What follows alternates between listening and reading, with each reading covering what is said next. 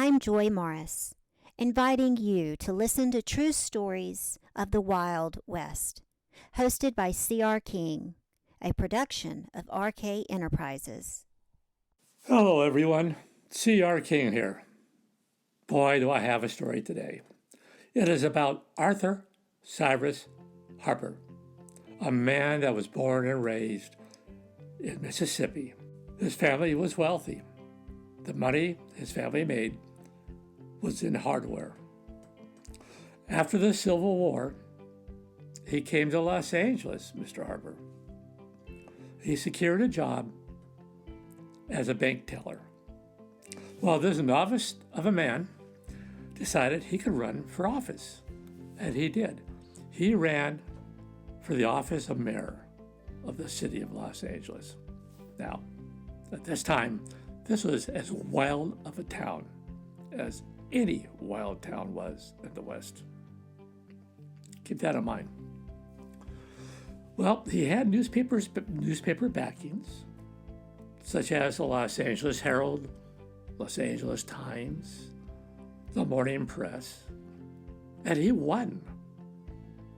The first thing Mr. Harper did, and this was, by the way, was in 1906, is he appointed a new chief of police, Edward Kern. Edward Kern had zero experience as a policeman.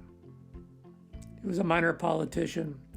He got around City Hall pretty well. And he ran a union for a short time. But now he's chief. He turned around, Mr. Kern, and hired his second in command, Thomas Broadhead. Thomas Broadhead was a captain, one of 6. Now, he is the number 2 man in the police department. Then, the new mayor, the 26th mayor to be elected, Arthur King, was a patrolman at that time. And he became their bag man. He collected the money in saddlebags at designated times and dates. And he would deliver it to somebody who was waiting on the steps of City Hall. That's all he did. He never looked inside the bags. He never tried to steal any money. He was never paid for what he did. He simply thought he was doing part of his job and accepted it. However, he did get promoted. So maybe in a sense, you can figure that out. Now, if you want to know more about Arthur Moore King, I suggest you read the book, The Last Deputy. It's written by C.R. King, which is me. The Last Deputy is a true story about Arthur Moore King, who became the last deputy to Wyatt Earp.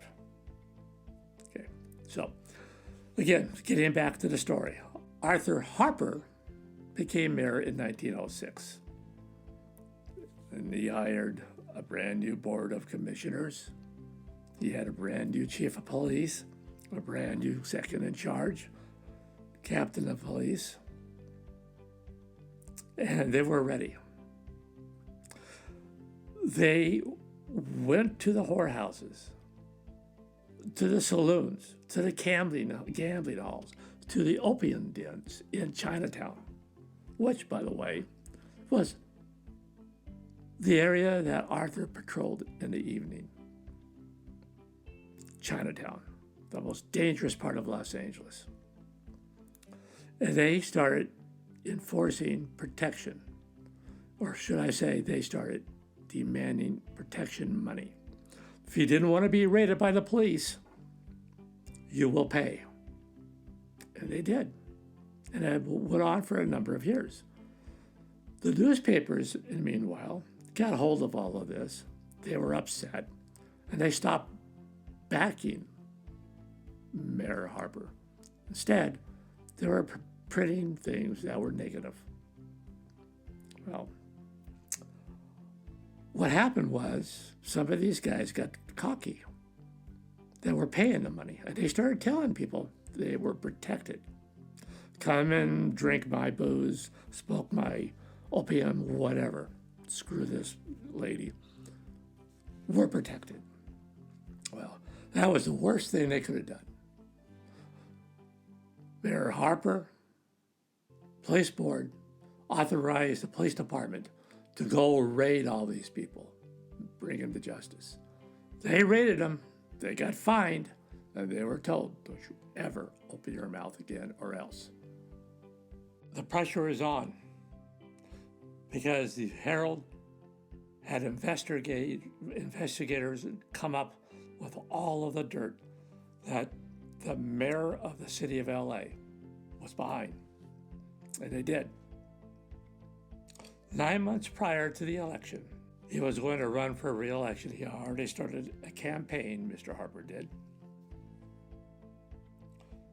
They went to Herald Examiner, grabbed all this information, went to City Hall, went to the mayor's office, and laid out. They laid out everything. And they told the man, you resign now, or we will print this tomorrow. Within the hour, Arthur C. Harper resigned as mayor of Los Angeles. When that happened, the chief of police, Edward Kern, resigned. His second-hand man, Thomas Broadhead, resigned. They were going to hold a new election, a special election.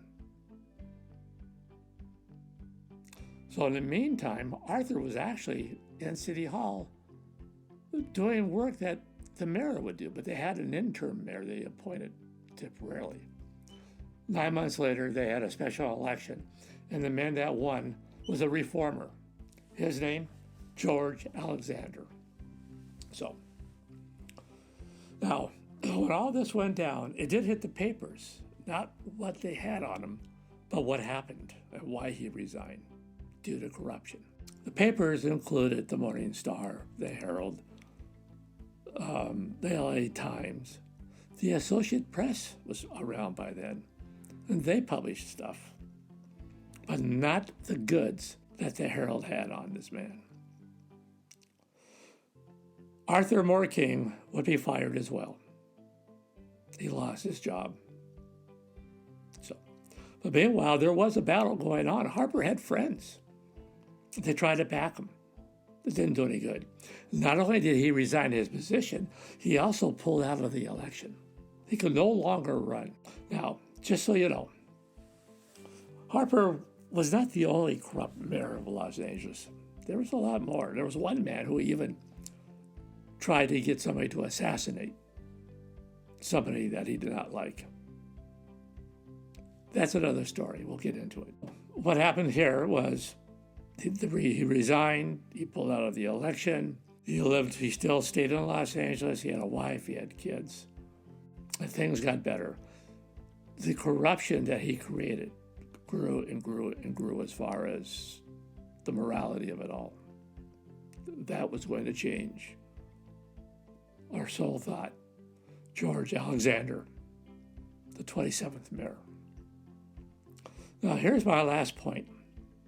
The Herald never did print what that was, what the goods were, that led to forcing Harper to resign. The manager of the newspaper kept his word not to print it if Harper agreed, and he did. Now, I'm going to end this story here. It's a short story. Actually, it's a lot more entailed, but you get the drift. Way back in 1906, and before and way after, there was corruption in Los Angeles. Okay, everybody. I hope you liked the story. Again, check out The Last Deputy. You'll learn a lot more about Arthur Morking, the Bagman, and beyond this. So I hope you enjoyed the story. It's all true. It's all factual. It's well researched. There's no legend here, my friends. Just the facts. Until then, be safe. Thank you. Stay tuned for next week's tale.